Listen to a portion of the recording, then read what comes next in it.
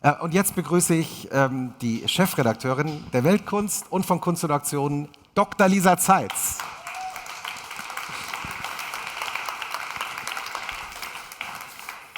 Lisa, wir haben beide so ein bisschen gebraucht, um nach Köln zu kommen. Wie lange ging deine Zugfahrt?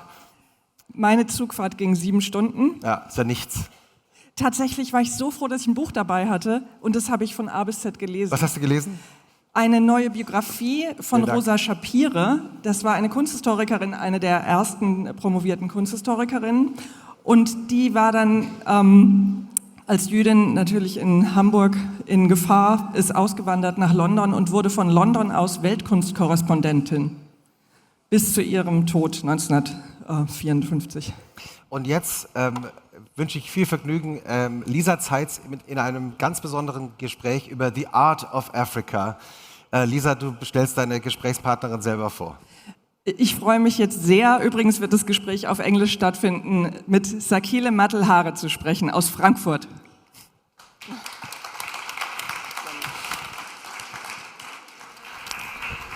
Dankeschön. Hello. It's a pleasure to have you here, Sakhile. And I just saw her booth, one floor down, with wonderful artists from Africa.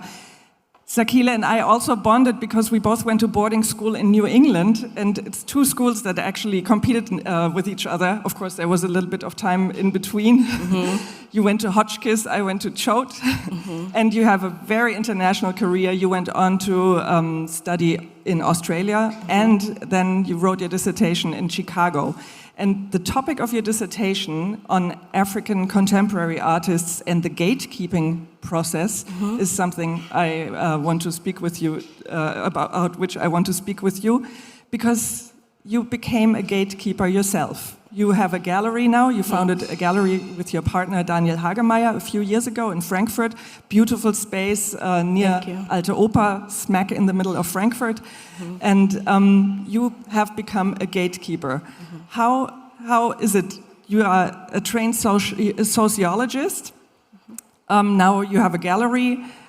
You changed sides in a way from the academic side to the practical side. How is your role as a gatekeeper for you in practice? Well, first of all, I'd just like to say thank you very much for inviting me, and thank you everybody for your attention ahead of what I'm about to say. So I am a sociologist running a gallery. So practically speaking, I haven't switched sides. I've just taken the knowledge that I was building up as a sociologist in training, and I'm applying that knowledge in the gallery space. So I was actually brought to the role of gallerist by my own personal skepticism as I was doing my research. So when I was graduating, I really was thinking about a way of sharing the results of the research that I did, speaking and interviewing practicing artists. These were not only artists who are based on the continent, but also in the diaspora or in some way connected to, even if they don't themselves identify as African or they don't think of their work as contemporary African art.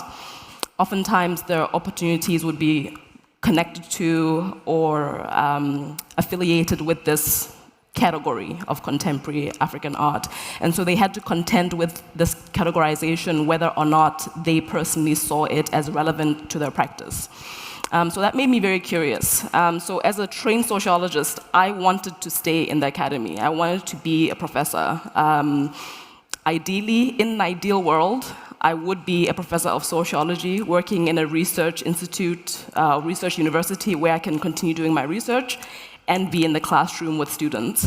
But my experience in grad school showed me pretty early on that I wouldn't really be able to continue the work that I wanted to do and also feel nurtured in that space. And so I had to think very creatively about how to take what I was learning and share it, continue learning, but also be able to share it. The idea of Sakhile&Me, this is the name of the gallery, came from this thinking. How do I take the interviews that I've had with artists, whether they identify as contemporary African art, artists or not, and take this knowledge and put it into a space where other people can have access to it, but also contribute to it.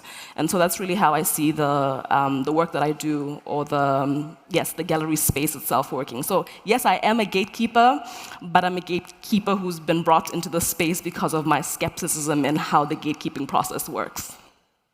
So how was it when you opened your first show in Frankfurt at the space? How did you pick the artist? How did the artist come up in your program? And how was it first having a first exhibition in Frankfurt?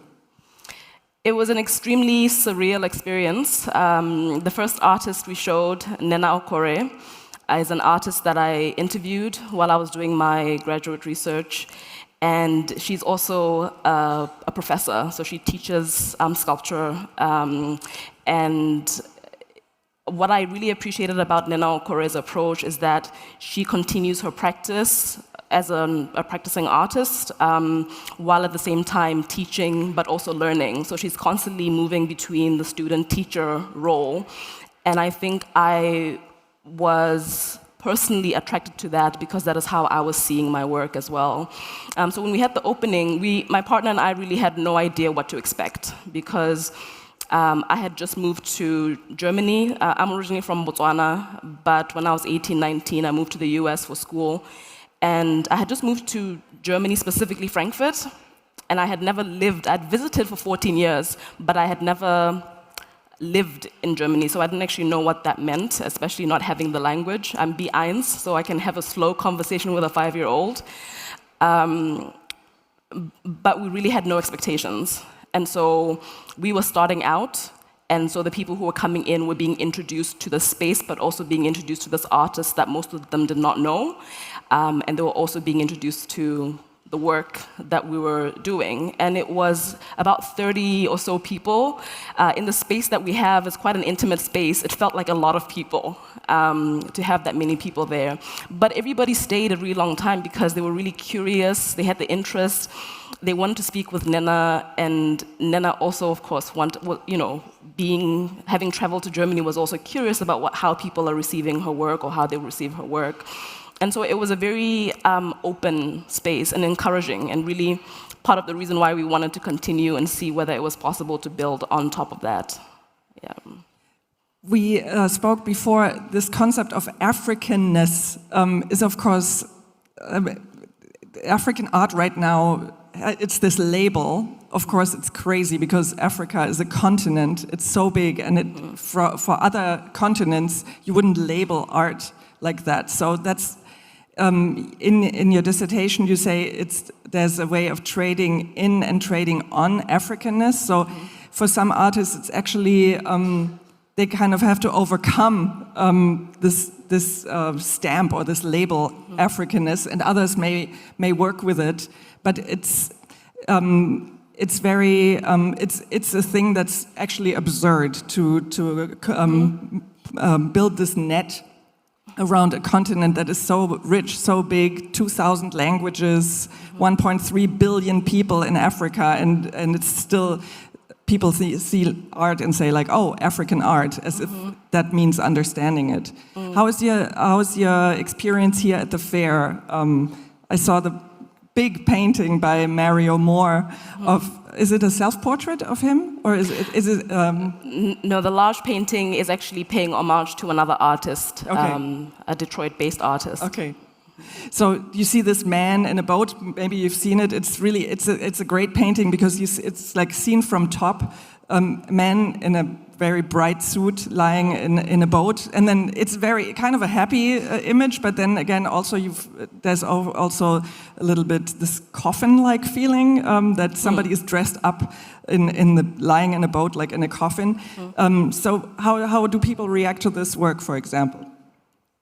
Well, I'll ask, I think I heard a couple of either comment questions, so I'll start with the first part. So my framing, trading in and trading on Africanness, actually came from a challenge that I was experiencing myself as a sociologist in training. I noticed that in my lectures, in my seminars, I'd spend quite a lot of energy and time having to prove to people that I was smart enough, competent enough to be in that space and to be doing the work that I was doing. And I was curious about how other people dealt with that, if they were constantly being questioned about their place in whatever area they are working in or trying to build up and contribute towards. And so when I came to the decision to switch from education, which was really what brought me to graduate school, I asked myself a very selfish question. I thought, okay, I'm interested in education, so maybe I could shift my framing and think more broadly as knowledge. Knowledge production, the circulation of knowledge, and specifically the role of power in this circulation of knowledge. And when I did that, I realized that I was actually mostly interested in experts who were able to take their knowledge and move between different spaces with that knowledge, regardless of how an audience receives or perceives them. And I thought, okay, if I'm doing this research and I'm perhaps spending 4 to 5, maybe 6 years of my life doing it, who do I want to be surrounded by? And I decided practicing artists. And that's what brought me to that. So when I interviewed artists, I was not interviewing them about the most visible aspects of their work. So I wasn't interviewing them about the artwork that you would see when you go to an exhibition by this artist. I was really interviewing them about what I called invisible labor, all the work that they do behind closed doors that many of us don't have access to, that we don't see, but also their interactions with and how they work with quote-unquote gatekeepers, how they work alongside curators, how they work alongside art historians, art critics, other kinds of art writers and art enthusiasts, and people like me now working in the gallery space, as well as people working in the museum institutional landscape, which is another point we could get to. If we had an hour, I'd get into it. Sort of this idea of the commercial space being separate from or divided from the non-commercial space. So I became very curious about how artists negotiate the interactions with all the different people working in these different spaces. People who were able to take and create knowledge around what artists were making, and they themselves were able to find some kind of secure way of supporting their contribution to what was happening in the quote-unquote art world. And yet for many artists, their experience is a very unpredictable one. Will you be a successful artist, and what does that look like for you? Are you able to sustain yourself through your creative work, or do you need to do some other kind of side work to be able to continue doing your work? And so I honed into how artists are actually contributing to the knowledge that is being produced about their work. So the writing that they're doing, the research that they're doing, the teaching that they're doing, some of them in a conventional learning, teaching environment, but some of them, they're mentoring young artists, aspiring artists in a non-formal setting. But that is work, right? So a lot of it goes unseen, it's difficult to measure, it's difficult to articulate, and therefore much of it goes uncompensated, right? But it's still work. So I was very curious about that, and when I was interviewing artists, I really wanted to learn from them some actionable strategies that they use, whether or not they identify their work as quote-unquote contemporary African art. And so that became an umbrella, but what I was really interested in is their specific process, not just in the studio, but all the work that goes into supporting that studio practice. Yeah. I hear you speaking as a sociologist, and I also, when I saw you at the booth before, you were taking notes. Yes. And I didn't want to interrupt at first, but you said, well, I'm a sociologist, I take notes. I thought that was very, very interesting that you have it really still in you. So back to Mario Moore, the work that you show there, is there a lot of interest for his work? For example, he's a rather young artist. You show another one, Ossi Udo, who is already established, or maybe not so much established as working for a long time. He's born in the 50s and has been practicing as an artist for decades. How is the reaction to these artists? Are people on the lookout for the hot young things, or is it also time for discoveries of people who have been working for a long time and have been overlooked? I mean, I think it's a combination, just because different people have different entry points to what we're showing. So much of what we've been doing for the past 4 years has been educating, sort of laying the foundations, of course, introducing artists that many people in Germany maybe haven't heard of or heard about. So the exhibition that we have here is a duo. It's with two artists, Osi Audu and Mario Moore. And for us, it was important. We're in the collaboration section. And for us, it was important to bring together two artists who we would have brought together if we were thinking about curating an exhibition in the space, in our space in Frankfurt. So we really treated this as a full-on exhibition at Sakhile&Me at Oberlindau 7 in Frankfurt, right? And so we also wanted the presentation to make sense for the artists as well, not just conceptually, but for it to actually, for them working together to be being in the same space to make sense. So both artists come from a classical portraiture tradition, let's say, really the depiction of the human form. And there's a big debate about the hype around black bodies, representation of black bodies, and just seeing black art everywhere. And so there's maybe the sociological side of me wants to react or respond to that. So whenever there's some kind of gut reaction that is collective, I am very skeptical of that because I wonder where that pushback is coming from. So I wanted to really pull out what is relevant in what is happening in the rise up or apparent rise up or figurative or figuration art in the black art space, right? Both these two artists, as I said, come from a classical portraiture background. Osi Audu is our longest practicing artist, but when you come to our booth, you'll notice that his work is very minimalist, geometric form, but he's still pulling from the same source of focusing on the face being influenced, the face being the muse, or the head being the muse that is contributing or inspiring the works that you're looking at. So he's specifically interested in the concept of self-consciousness, and he's interested in this concept from multiple angles. So the scientific aspect of it, but also from the philosophical lens. The idea that self-consciousness is both tangible and intangible, right? There are parts of ourselves that are quite visible, and this is taken from the philosophy, Yoruba philosophy, Ori Inu and Ori Ode, the idea that there's an inner head and an outer head when we think about or conceptualize self-consciousness. And so he's working a lot with containers or box-like shapes, but he's also pulling inspiration from masks, masquerade, things that we might imagine covering the head, and yet once the face is covered, something that transcends the self or the individual comes across. It's felt, maybe in ritual or maybe in interaction with other people. But once the face is covered, there's some other aspect of the human nature that comes across, right?